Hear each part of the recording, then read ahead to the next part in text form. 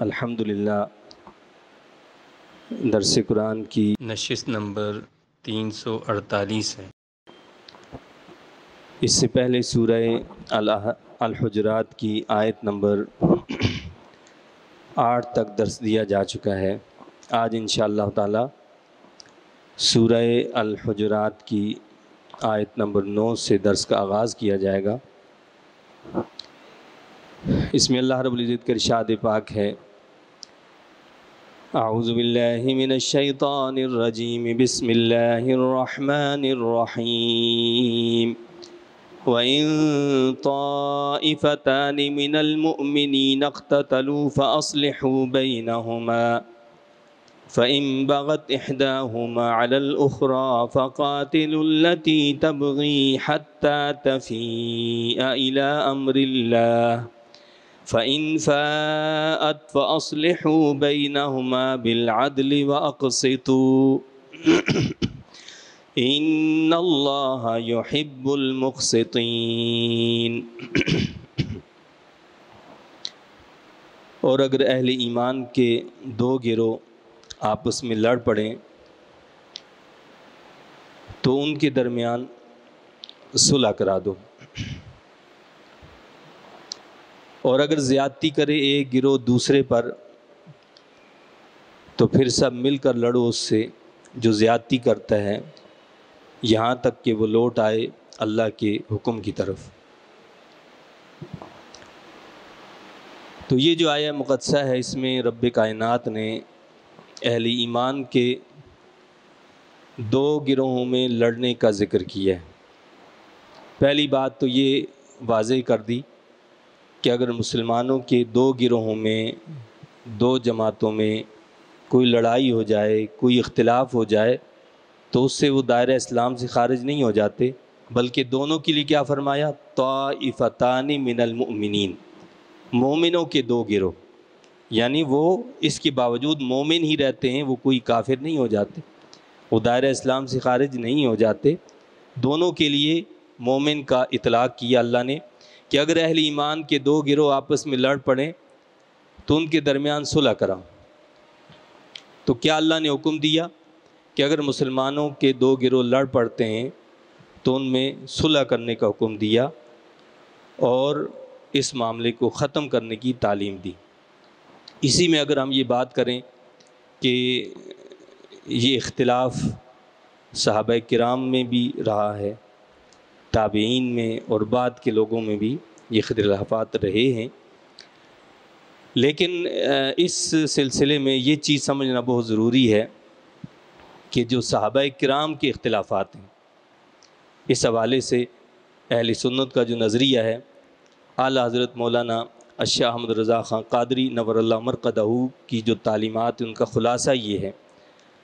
آپ فرماتے ہیں کہ تابعین سے لے کر قیامت تک امت کا کوئی بھی ولی کتنا اعلی درجے کا ہو، کتنا بلند مقام کا ہو، وہ کسی کم ترین مرتبے والے صحابی کے رتبے تک نہیں پہنچ سکتا۔ یعنی سارے اولیاء اللہ جمع ہو جائیں قیامت تک، تابعین سے لے کر قیامت تک، وہ کسی ایک ادنا ترین صحابی کے مقام مرتبے تک نہیں پہنچ سکتے۔ دوسری اس چیز کا خیال رکھنا ضروری ہے کہ اللہ کے نزدیک جو مقام صحابہ کرام کو حاصل ہے وہ کسی دوسرے امتی کو میسر نہیں ہے۔ جو درجات صحابہ کو ملیں گے وہ کسی اور امتی کو نہیں مل سکتے۔ اور اسی طرح اہل سنت کے نزدیک پہلے سے آخری درجے تک تمام صحابہ انتہائی درجے کے متقی اور نیک ہیں، اور ان کے باہمی معاملات کے اختلاف میں نظر کرنے کو حرام مانتے ہیں۔ یعنی اہل سنت کا عقیدہ کیا ہے کہ تمام صحابہ متقی ہیں، عادل ہیں، نیک ہیں۔ اب ان کے آپس کے جو اختلافات ہیں، آپس کی جو لڑائیاں ہیں یا جھگڑے ہیں یا جنگیں ہیں، اس میں غور و فکر کرنا ہمارے نزدیک یہ حرام ہے۔ ایسا کرنا، صحابہ کرام کے اختلافات میں غور کرنا، یہ درست نہیں ہے۔ اور چوتھی بات جو ہے وہ یہ کہ اگر صحابہ کا کوئی ایسا فعل منقول ہو جو بظاہر ان کی شان کے خلاف ہو تو اس کی اچھی توجیہ بیان کی جائے گی، اور ان کے قلبی اخلاص اور اچھی نیت پر اس کو محمول کیا جائے گا. یعنی ان کی نیت اچھی تھی، ان کے ارادے اچھے تھے، ان کے اندر اخلاص تھا، اور اس لیے اس کی توجیہ جو ہے جتنی بہتر سے بہتر ہو سکے گی وہ کی جائے گی. اور اسی حوالے سے اس چیز کا خیال رکھنا بھی ضروری ہے کہ صحابہ کرام کے رتبے ہماری عقل سے بہت اونچے ہیں. ہمارا ان کے معاملات میں دخل دینا جائز نہیں ہے کہ ہم یہ کہیں کہ جی یہ یہاں پر اس نے نعوذ باللہ غلطی کی، اس نے صحیح کیا. یہ ہمارے لیے جائز نہیں. ہم کون ہوئے منصف بننے والے صحابہ کرام کے درمیان؟ اور اسی طرح مسلمانوں پر لازم ہے کہ وہ تمام صحابہ کو حضور نبی کریم صلی اللہ علیہ وسلم کے سچے جانثار سمجھیں اور اللہ کے نبی کے سچے غلام تصور کریں، اور اللہ اور اس کے رسول صلی اللہ علیہ وسلم کی بارگاہ کے مقرب مانیں کہ جتنے بھی صحابہ ہیں وہ اللہ اور اس کے رسول صلی اللہ علیہ وسلم کی بارگاہ کے مقرب ہیں، اس لیے کہ اللہ تعالیٰ نے ان سب سے رضامندی کا اعلان کیا ہے. رضی اللہ عنہم ورضوا عنہ، اللہ ان سے راضی ہو گیا ہے، وہ اللہ سے راضی ہو گئے. تو لہٰذا کسی کو یہ حق حاصل نہیں ہے کہ وہ صحابہ کرام کے بارے میں کوئی جو ہے زبان سے ایسی بات نکالے جو ان کی شان کے خلاف ہو. اور اس کے ساتھ ساتھ اس بات کو سمجھنا بھی ضروری ہے کہ ہمارے نزدیک صحابہ کرام معصوم نہیں ہیں. معصوم تو صرف اللہ کے نبی ہوتے ہیں، اللہ کے نبیوں کے علاوہ کوئی معصوم نہیں ہوتا. تو صحابہ بھی معصوم نہیں تھے، لیکن ان کی کسی بات پر گرفت کرنا یہ اللہ اور اس کے رسول صلی اللہ علیہ وسلم کے احکام کے خلاف ہے. کہ ہم ان کے کسی عمل پر کسی بات پر گرفت کریں کہ نہیں ایسا نہیں، یہاں ایسا ہونا چاہیے، تو یہ گویا اللہ اور اس کے رسول صلی اللہ علیہ وسلم کے حکم کی خلاف ورزی ہے. لہٰذا اس سے اجتناب کرنا ضروری ہے. تو صحابہ کرام کا مقام اور مرتبہ جو ہے وہ بہت بلند ہے، اور اس حوالے سے مسلمانوں کے اندر جو چیزیں پائی جاتی ہیں بہرحال وہ ایسی ہیں کہ جو کہ نہیں ہونی چاہیے. جن صحابہ میں خود آپس میں ایسے معاملات ہوئے ان سے اس حوالے سے پوچھا گیا. حضرت سیدنا علی مرتضیٰ رضی اللہ تعالیٰ عنہ سے کسی نے پوچھا کہ جن لوگوں نے آپ سے جنگیں لڑی ہیں کیا وہ لوگ مشرک ہو گئے؟ تو حضرت سیدنا علی مرتضیٰ رضی اللہ تعالیٰ عنہ نے پتہ آپ کو کیا جواب دیا؟ انہوں نے کہا کہ من الشرک فروا، شرک سے تو وہ لوگ بھاگ کر آئے ہیں، تو کیسے مشرک ہو گئے؟ تو ان سے پھر پوچھا گیا کہ اگر وہ مشرک نہیں ہیں تو پھر بتائیے کیا وہ منافق ہیں جنہوں نے آپ سے جنگیں کی، جنہوں نے آپ سے لڑائی کی؟ تو حضرت سیدنا علی مرتضیٰ رضی اللہ تعالیٰ عنہ نے انکار کیا، فرمایا کہ نہیں، ہرگز نہیں، وہ منافق بھی نہیں ہیں. کیونکہ منافق تو وہ ہوتے ہیں جو اللہ کا ذکر، اللہ کی یاد بہت کم کرتے ہیں، اور یہ سارے وہ لوگ ہیں جو اللہ کو بہت کثرت سے یاد کرنے والے ہیں. تو سوال کرنے والے نے اگلا سوال کیا اور اس نے کہا کہ پھر یہ بتائیں کہ نہ وہ مشرک ہیں نہ منافق ہیں تو پھر کیا ہیں؟ تو حضرت سیدنا علی مرتضیٰ رضی اللہ تعالیٰ نے جو جواب دیا وہ بہت پیارا جواب. آپ نے فرمایا کہ اخواننا بغوا علینا، یہ ہمارے بھائی ہیں، یہ دینی بھائی ہیں، بس انہوں نے ہمارے ساتھ بغاوت کی ہے، انہوں نے ہمارے ساتھ بغاوت کی ہے، ورنہ یہ ہمارے دینی بھائی ہیں. تو لہٰذا اس بغاوت سے کوئی وہ کافر نہیں ہوگے، وہ مشرک نہیں ہوگے. بلکہ شیعہ حضرات کی مشہور کتاب نہج البلاغہ، اس کے اندر حضرت سیدنا علی مرتضیٰ رضی اللہ تعالیٰ عنہ کا خطبہ موجود ہے، اور اس میں آپ کا یہ فرمان ہے.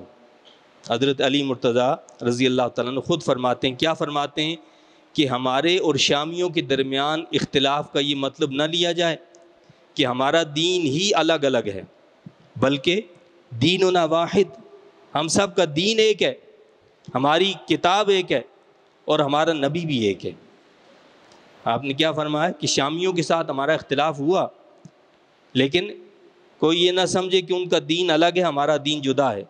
دیننا واحد، ہمارا دین واحد ہے، ایک ہے، ہماری کتاب بھی ایک ہے اور ہمارا نبی بھی ایک ہے.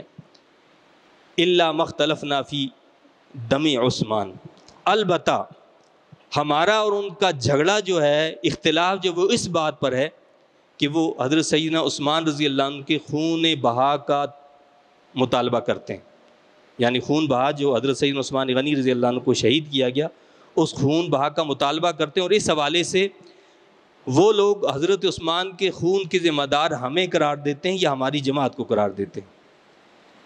کیا کہا حضرت سیدنا علی مرتضیٰ رضی اللہ تعالیٰ عنہ نے؟ اختلاف کیا ہے کہ حضرت سیدنا عثمان غنی رضی اللہ تعالیٰ عنہ کا خون بہا جو ہے اس کے حوالے سے وہ ذمہ دار ہمیں قرار دیتے ہیں یا ہماری جماعت کو قرار دیتے ہیں کہ یہ لوگ ہیں جنہوں نے سیدنا عثمان غنی رضی اللہ عنہ کو شہید کیا۔ تو آپ نے فرمایا کہ حالانکہ ہم اس سے بری ہیں، ہم اس سے بری ہیں۔ آپ نے یہ بھی فرمایا کہ ہم دین میں ان سے بڑھ کر نہیں ہیں۔ یہ جو ہمارے بھائی شامی ہیں جن سے ہمارا اختلاف ہے، لڑائی ہے، کیا فرمایا کہ ہم دین میں ان سے بڑھ کر نہیں اور وہ ہم سے دین میں بڑھ کر نہیں ہیں۔ ہم ان سے دین میں بڑھ کر نہیں ہیں، وہ ہم سے بڑھ کر دین میں نہیں ہیں۔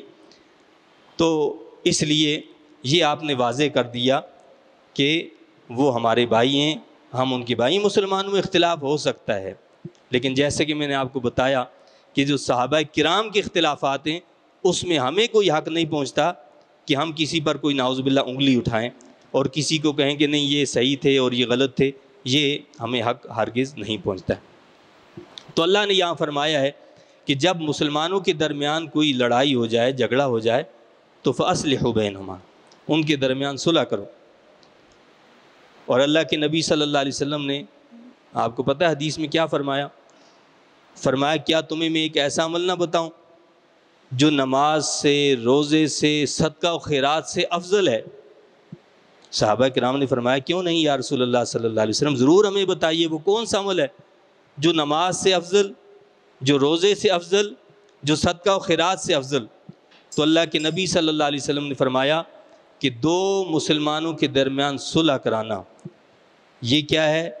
یہ روزہ، نماز، صدقہ و خیرات سے افضل کام ہے۔ دو مسلمانوں کے درمیان صلح کرانا کیا ہے؟ روزہ، نماز، صدقہ و خیرات سے افضل ہے۔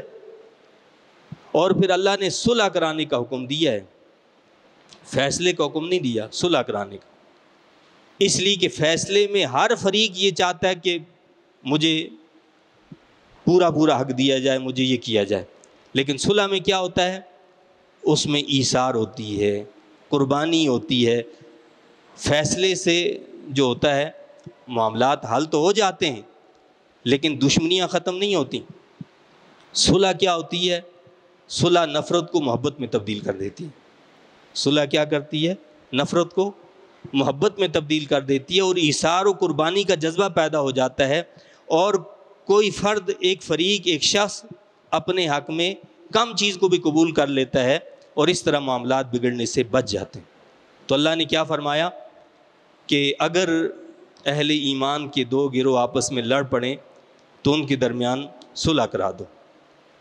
اور یہ ایک ایسی چیز ہے کہ جس میں امت مسلمہ جو مسلسل کوتاہی کرتی رہی ہے، یعنی یہ جو معاملہ ہے صلح کا، دو مسلمانوں میں لڑائی ہوئی تو ہم صلح کے لیے تیار ہی نہیں ہوئے۔ ایران عراق جنگ ہوئی تو ہماری اپنی اپنی مصلحتیں تھیں، لہٰذا کوئی تیار نہیں ہوا کہ ان کے درمیان صلح کرا دو۔ عراق نے کویت پر حملہ کر دیا تو کوئی آگے نہیں بڑھا، مسلمان آگے بڑھ کر بھائی صلح کرا دو، اور اللہ نے جو قانون طریقہ بتایا اس کے مطابق کرو۔ لیکن ہم نے یہاں پر بھی کوتاہی کی۔ غرض یہ کہ جہاں جہاں بھی ایسے معاملات ہوئے مسلم امہ کوتاہی کرتی رہی۔ نتیجہ کیا نکلا کہ ان مصلحتوں کی وجہ سے اور سپر طاقتوں کی غلامی کی وجہ سے ہماری حیثیت ساری دنیا میں ختم ہو کر رہ گئی۔ آج ہماری کوئی حیثیت دنیا میں ہے ہی نہیں۔ اور ہوتا کیا ہے، اب دشمن جب چاہتا ہے، جسے چاہتا ہے، وہ اپنا نشانہ بنا لیتا ہے۔ یہ ہماری ان کوتاہیوں کی وجہ سے ہوا۔ اگر اب وہ کوتاہیاں ہم نے نہ کی ہوتی تو آج ایسا ہرگز نہ ہوتا کہ ہمارے فلسطینی بھائی جو ہیں جس طرح پس رہے ہیں، اور ہم کوفیوں کی طرح تماشا دیکھ رہے ہیں، اور ہم ان کی کوئی مدد کرنے کے لیے تیار نہیں۔ مدد کرنا دور کی بات، ہم ان کے سفیروں سے کوئی احتجاج تک ریکارڈ کرانے کے لیے تیار نہیں. اتنی بے غیرتی. آپ یہ تو دیکھیں آپ کے ملک کے اندر پاکستان کے اندر کیا امریکی سفیر کے سامنے کوئی احتجاج کر دیا ہماری حکومت نے کہ بھائی یہ کیا ہو رہا ہے؟ یہ کھلے عام خلاف ورزی اقوام متحدہ کے قانون کی کیوں ہو رہی ہے؟ یو این او کے قانون سے آپ ڈرتے ہو نا. تو اس نے تو صاف واضح طور پر کہا کہ جب تک امریکہ جو ہے موجود ہے تو اسرائیل کو ڈرنے کی بات نہیں ہے، اس کے ساتھ ہے. یہ کیا یو این او کے خلاف نہیں ہے؟ جب یہ کھلے عام وہ یہ الفاظ ادا کر سکتے ہیں، یہ 57 اسلامی ممالک یہ کیا کر رہے ہیں؟ ان کا کیا کام ہے؟ اور پھر خصوصاً یہ ہمارے ملک کے ایک ریٹائرڈ جنرل راحیل شریف صاحب کہ جن کو 40 ممالک کی افواج کا سربراہ بنایا گیا، تو یہ کس مرض کی دوا ہیں؟ ان کا کیا مقصد ہے؟ تو یہ سارے سپر طاقتوں کے غلام. اللہ پاک نے جو ہمیں تعلیمات دیں، جو احکامات دیے، ہم نے ان سے روگردانی کی.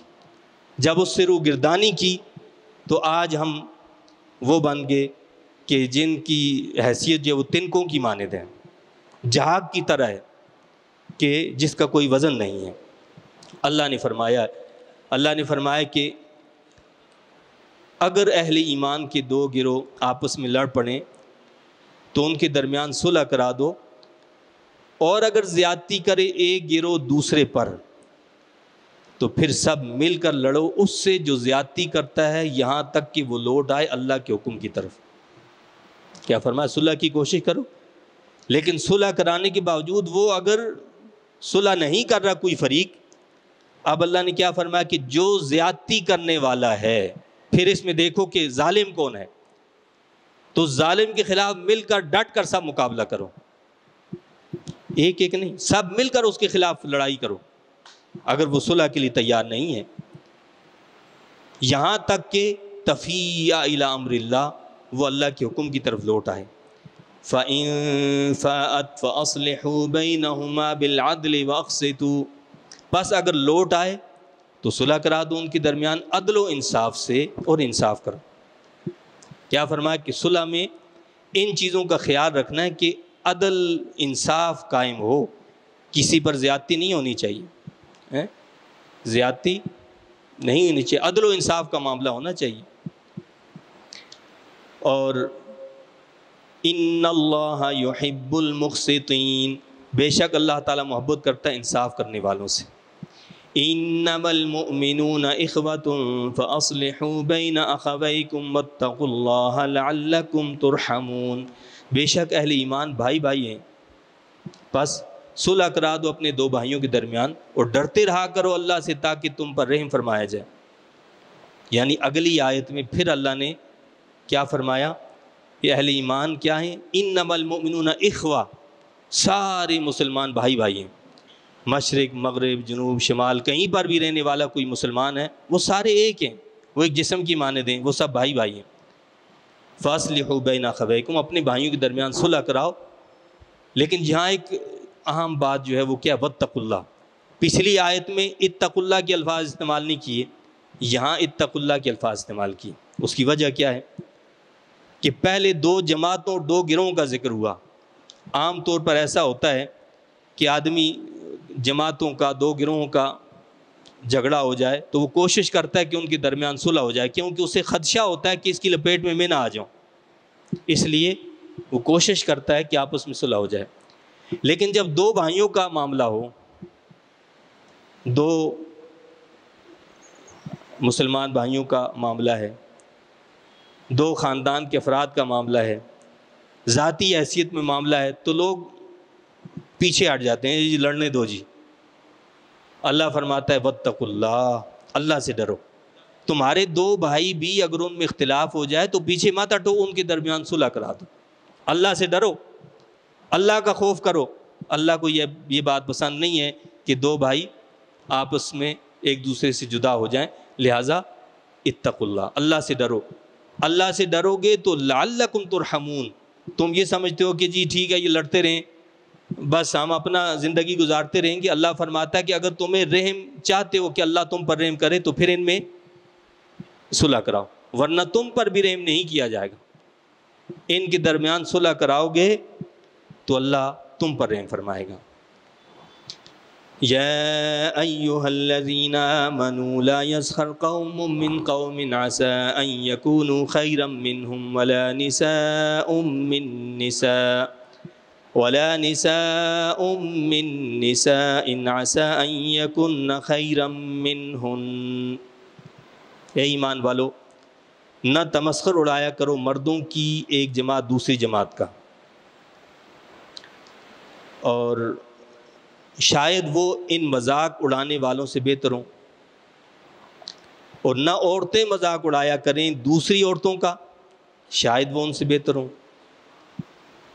اب ان کمزوریوں کا ذکر کیا جا رہا ہے جو معاشرے میں عام طور پر پائی جاتی ہیں، اور یہ ان بیماریوں کا اللہ نے یہاں ذکر کیا ہے جو عام طور پر انسان کسی دوسرے شخص کے سامنے کرتا ہے۔ وہ کیا ہے؟ وہ ہے مذاق، کسی کا مذاق اڑانا۔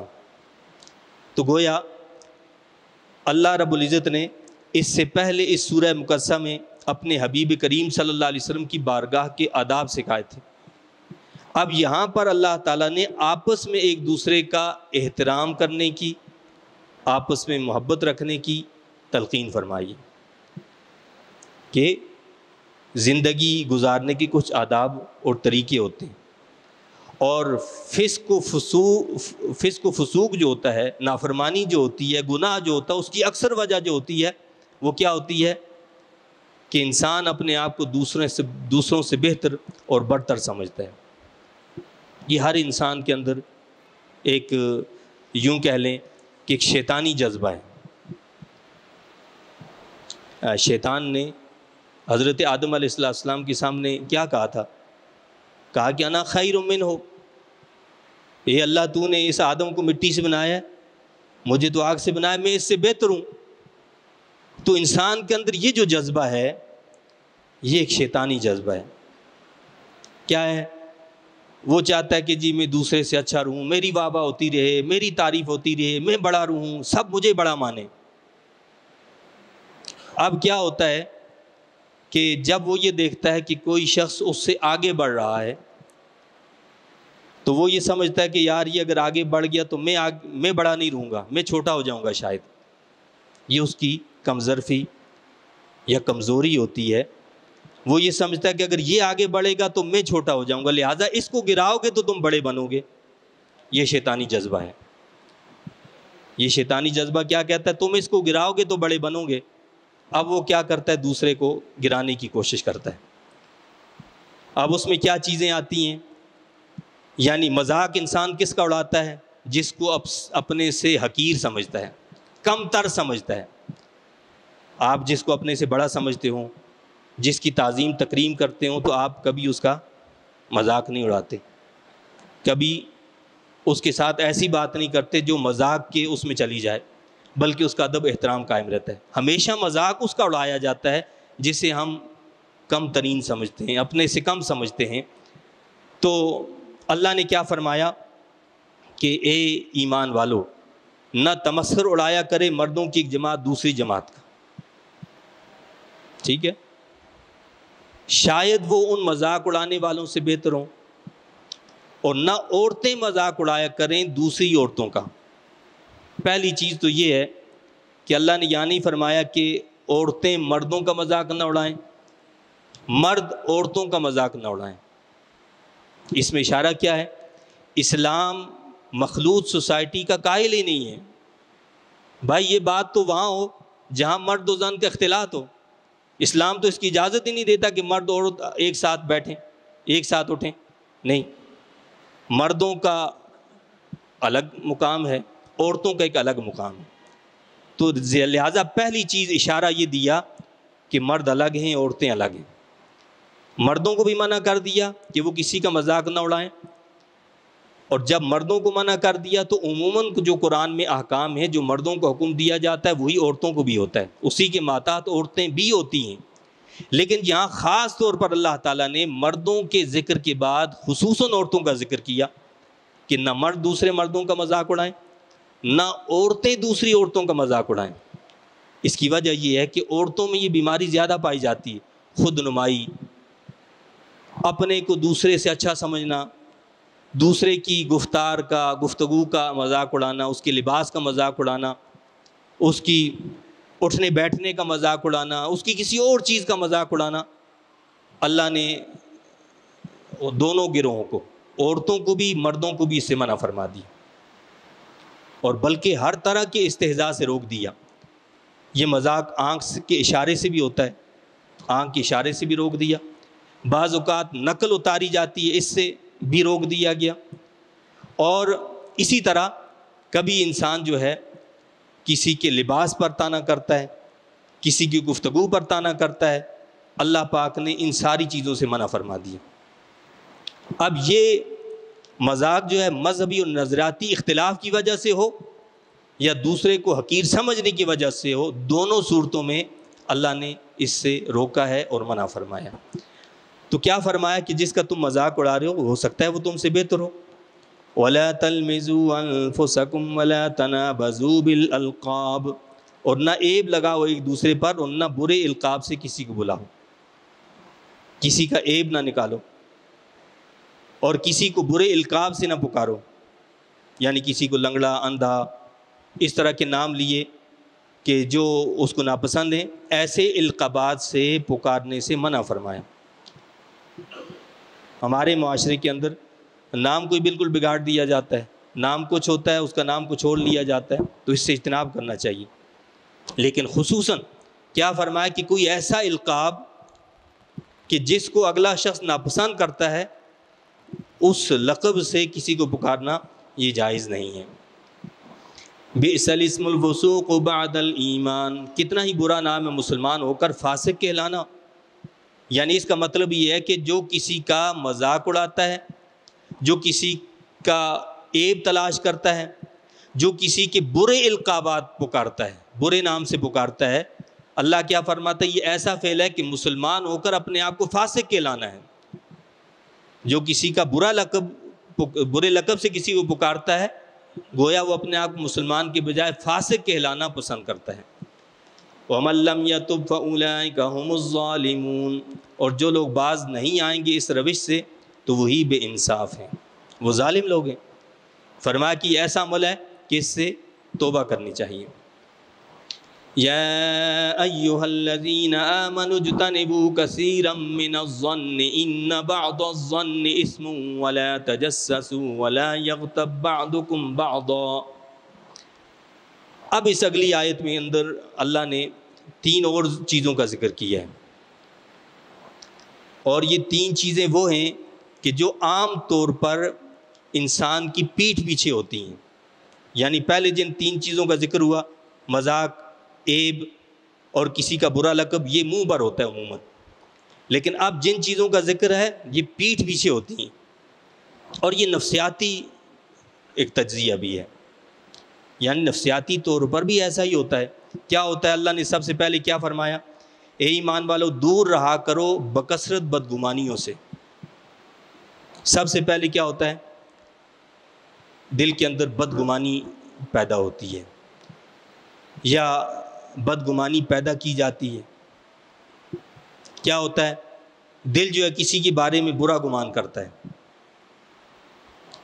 بظاہر میں اچھے لباس میں ہوں، جبہ، کبا، امامہ، ٹوپی، داڑھی، سب کچھ سجایا ہوا ہے، اور میرے کپڑے پر کوئی داغ دھبا لگ جائے تو میں فوراً اس کو صاف کروں گا یا چھپا دوں گا کہ لوگوں کو نظر نہ آئے۔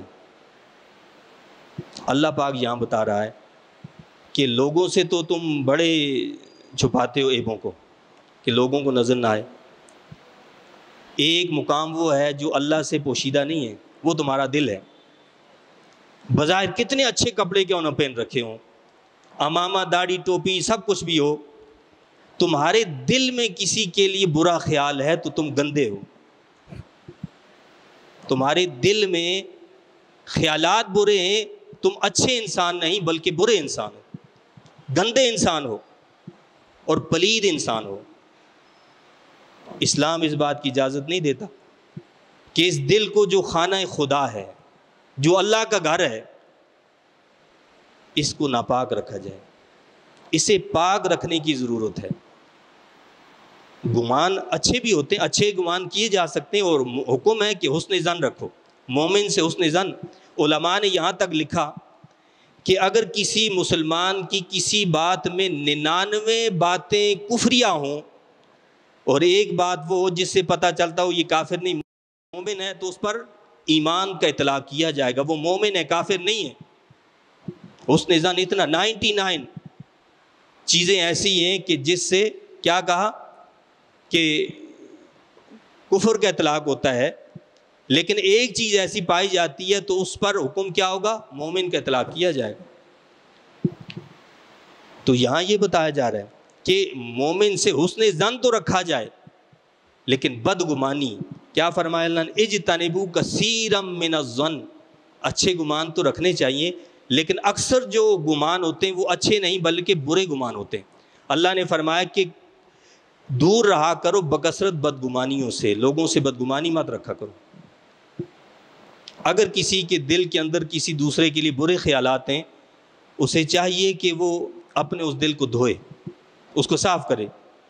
اس کا طریقہ اللہ کے نبی صلی اللہ علیہ وسلم نے بتایا ہے کہ کثرت سے تلاوت کلام مجید اور کثرت سے موت کا ذکر کرنا، کثرت سے موت کو یاد رکھنا اور کثرت سے اللہ کے کلام کی تلاوت کرنا۔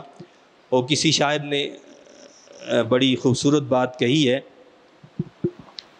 کہ یہی تجھ کو دھن ہے روحوں سب سے بالا، ہو زینت نرالی ہو فیشن نرالا۔ ہم کہتے نہیں جی بس میری واہ واہ ہونی چاہیے، بس میں ہی سب سے نرالا اور وہ رہوں۔ جیا کرتا ہے کیا یوں ہی مرنے والا؟ کیا مرنے والے کی یہ تمنائیں ہوتی ہیں کہ جی میں سب سے بالا رہوں، میری زینت سب سے نرالی ہو، میرے جیسا کوئی نہ ہو؟ کیا جیا کرتا یوں ہی مرنے والا؟ تجھے حسن ظاہر نے دھوکے میں ڈالا۔ یہ ساری بات کیا ہے؟ یہ ظاہر کا جو حسن ہے، یہ دنیا کی جو زیب و زینت ہے، اور یہ دنیا کے جو عہدے مرتبے مقام، ان کے اندر جو چمک دمک ہے، اس نے تمہیں دھوکے میں ڈال دی ہے۔ اس نے کیا کیا ہے؟ دھوکے میں ڈال دی ہے۔ لہٰذا اپنے دلوں کو پاک اور صاف کرو۔ تو اللہ نے فرمایا کہ اے ایمان والو، دور رہا کرو بکثرت بدگمانیوں سے۔ ان بعض الظن اسم ولا تجسسوا، بلا شبہ بعض بدگمانیاں گناہ ہیں۔ یہ بعض بدگمانیاں کیا فرماتا اللہ؟ بعض گمان بھی گناہ ہوتے ہیں۔ کسی دوسرے شخص کے بارے میں برا خیال کرنا، فرمایا کہ یہ گناہ ہوتا ہے بعض اوقات، حالانکہ خیال ہے لیکن وہ کیا ہے؟ فرمایا کہ وہ بھی گناہ ہوتا ہے۔ اگلی چیز ولا تجسسوا، اور نہ جاسوسی کیا کرو ایک دوسرے کی۔ ویسے تو حکومتی سطح پر ایسے محکمے موجود ہوتے ہیں کہ جہاں جاسوسی کی جاتی ہے، اور یہ ضرورت کے تحت حکومتی سطح پر لازمی بھی ہے، ضروری بھی ہے، حکومت کی سطح پر ضروری ہے۔ یہاں انفرادی بات ہو رہی ہے۔ یہاں کیا بات ہے؟ انفرادی بات، آپس کے معاملات، آپس کے تعلقات کی بات ہو رہی ہے۔ ولا تجسسوا، جاسوسی مت کیا کرو۔ تو پہلے کیا ہوتا ہے؟ انسان کے اندر بدگمانی پیدا ہوتی ہے، کسی کے بارے میں بدگمانی پیدا کر دی کہ جی ایسا ہے، جی ایسا ہے، یہ فلانا ہے، یہ کرتا ہے، یہ کرتا ہے، فلاں ہے، یہ فلانی ایسی ہے، فلانی ویسی ہے۔ اب بدگمانی پیدا کر دی تو لازمی نتیجہ کیا ہوتا ہے؟ انسان کے اندر تجسس پیدا ہو جاتا ہے، یار دیکھو یار یہ کیا ہے، فلاں ہے۔ تجسس، دوسرے کی ٹوہ میں رہنا ہے۔ بعض لوگ اس ٹوہ میں رہتے ہیں، یار یہ دو گھر رہے ہیں، یہ سکون سے کیوں رہ رہے ہیں؟ بعض لوگوں کی ہوتی عادت، یہ سکون سے کیوں رہ رہے ہیں؟ تو لہٰذا ان میں کوئی جھگڑا ہونا چاہیے۔ یہ دو بھائی خوش خوش کیوں رہ رہے ہیں؟ تو خوش نہیں دیکھنا چاہتے، وہ ان کے اندر نا اتفاقی پیدا کرنا چاہتے ہیں، تو ٹوہ میں لگے رہتے ہیں، جی یہ ایسا کیوں ہے؟ یہ بہو اور ساس آپس میں کیوں نہیں لڑی ہیں؟ یہ میاں بیوی آپس میں کیوں نہیں لڑے؟ یہ ساری باتیں اسلام اس کی اجازت نہیں دیتا۔ کسی ماحول اور معاشرے میں یہ چیزیں آ جائیں، وہ ماحول معاشرہ تباہ ہو جاتا ہے۔ جس گھر میں پیدا ہو جائیں وہ گھر جہنم بن جاتا ہے۔ جس ادارے میں یہ چیزیں آ جائیں وہ ادارہ ختم ہو کر رہ جاتا ہے۔ تو کیا فرمایا؟ جاسوسی نہ کیا کرو، ایبوں کی تلاش کرنا، اس سے اللہ نے منع فرمایا۔ ہر انسان، کوئی بھی شخص جو ایسا نہیں ہے کہ جو ایبوں سے پاک ہو۔ ایبوں سے پاک ذات اللہ کی۔ ظاہر بات ہے جب آپ جاسوسی کریں گے، ٹوہ میں رہیں گے، کوئی نہ کوئی عیب تو آئے گی، کمزوری آئے گی کبھی انسان کے سامنے۔ اب کیا ہوگا؟ اس سے اگلا فساد کھڑا ہوگا پھر۔ انسان کیا ہے؟ عیبوں کا مجموعہ ہے۔ بس فرق اتنا ہے، کسی میں بڑا عیب ہوتا ہے، کسی میں چھوٹا ہوتا ہے، لیکن کوئی یہ کہے کہ جی انسان عیبوں سے پاک ہے، سبحان الذی اسرا، سبحان ذات، عیبوں سے پاک ذات کس کی ہے؟ میرے رب کی ہے۔ اللہ کی ذات جو عیبوں سے پاک ہے، کوئی فرد، کوئی انسان جو ہے وہ عیبوں سے پاک نہیں ہو سکتا۔ تو اللہ نے فرمایا کہ اور نہ جاسوسی کیا کرو، وَلَا يَغْتَبْ بَعْضُكُمْ بَعْضًا، اور ایک دوسرے کی غیبت بھی نہ کیا کرو۔ میں نے بتایا نا، 3 چیزیں اسٹیپ بائی اسٹیپ اللہ نے جو بتائی ہے، نفسیاتی طور پر بھی ایسا ہوتا ہے۔ پہلے بدگمانی، دوسری بات جاسوسی، ٹوہ میں لگ جانا۔ دیکھیں یہ تجسس بری چیز نہیں ہے، یہ اچھی چیز ہے۔ جستجو، تجسس ہو تو اسی وجہ سے تو ستاروں پر کمنٹ ڈالیں گے، بھائی یہ تجسس نہ ہو تو وہاں کیسے پہنچیں گے؟ لیکن یہ تجسس اچھا ہو تو بہت بہترین ہے۔ وہ ایک حدیث پاک ہے جس کا مفہوم یہ ہے، شاید اس میں کچھ کمی بیشی ہو۔ ایک شخص آئے اور اللہ کے نبی صلی اللہ علیہ وسلم نے ان کے بارے میں دور سے ہی آ رہے تھے، فرمایا کہ جنتی ہے۔ ہو گیا معاملہ، صحابہ کرام نے سنا۔ دوسرے دن پھر آیا، فرمایا کہ یہ شخص جو گزر رہا ہے یہ جنتی ہے۔ تیسرے دن پھر ایسے آیا، اللہ کے نبی صلی اللہ علیہ وسلم نے فرمایا کہ یہ جو آ رہا ہے یہ جنتی ہے۔ تو ایک صحابی تھے، ان کا نام ابھی میرے ذہن میں نہیں ہے، انہوں نے کہا کہ یہ بات مسلسل 3 دن اللہ کے نبی صلی اللہ علیہ وسلم کی زبان مبارک سے میں نے سنی، تو میں نے کہا یار دیکھو اس کا کون سا عمل ہے جس وجہ سے یہ اتنا، تو میں ایک دن اس کے پیچھے چل پڑا۔ یہ 3 مرتبہ جس شخص کے بارے میں کہا وہ ایک ہی تھا۔ اللہ کے نبی صلی اللہ علیہ وسلم نے 3 مرتبہ 3 دن متواتر فرمایا، وہ ایک ہی شخص تھا۔ جب آیا تو اللہ کے نبی نے فرمایا یہ جنتی ہے۔ تو کہتے میں اس کے پیچھے پیچھے ہو لیا، اس کے گھر تک پہنچا۔ اس نے دیکھا، پوچھا کیا ہے، کہاں جا رہے ہو؟ تو میں نے کہا یار میں جو اس طرح کوئی عذر پیش کر دیا، میں تمہارے گھر جو رہنا چاہتا ہوں۔ انہوں نے کہا ٹھیک ہے، ویلکم، آؤ۔ ایک دن رہا، 2 دن، 3 دن، میں نے کوئی بات، کوئی چیز ایسی اس میں نہیں دیکھی۔ تو میں رخصت ہونے لگا، میں نے کہا یار، انہوں نے کہا کہ بھئی کیا بات ہے، کس لیے آئے تھے، کیا کام ہے؟ تو انہوں نے کہا کہ میں اصل میں اس لیے آیا تھا کہ اللہ کے نبی صلی اللہ علیہ وسلم نے 3 دن متواتر یہ خوشخبری سنائی، تو میں نے کہا دیکھوں تمہارے اندر کون سی ایسی بات ہے، لیکن میں نے تو تیرے اندر کوئی ایسی بات نہیں دیکھی۔